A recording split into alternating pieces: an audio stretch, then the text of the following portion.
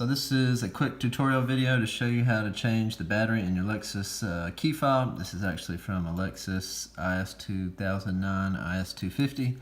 And the only tools you'll need is just a small screwdriver, and the battery you'll need is a CR1632. This one's from Energizer. So to start, you'll see there's a small clip here.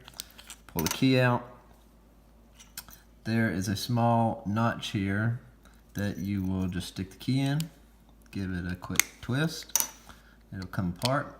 Open this up. That's the circuit board. Just flip that over in your hand. It'll come loose. This is the original battery that was in there, Panasonic. You'll see there's a small notch here. Just stick the screwdriver beneath. Give it a little pop. Out comes the battery. Grab our new battery. You just want to make sure that you place the battery in the same way that it was. Just give it a quick little push. Then set the circuit board back in the remote like it was. Put the back. Just give it a quick little snap. Back into place. Insert the key. And we've got power. So you can actually get this battery inexpensively. These Energizers, they're on Amazon. There's a 5-pack that's very inexpensive. Save you a few bucks from having to go and get this professionally done.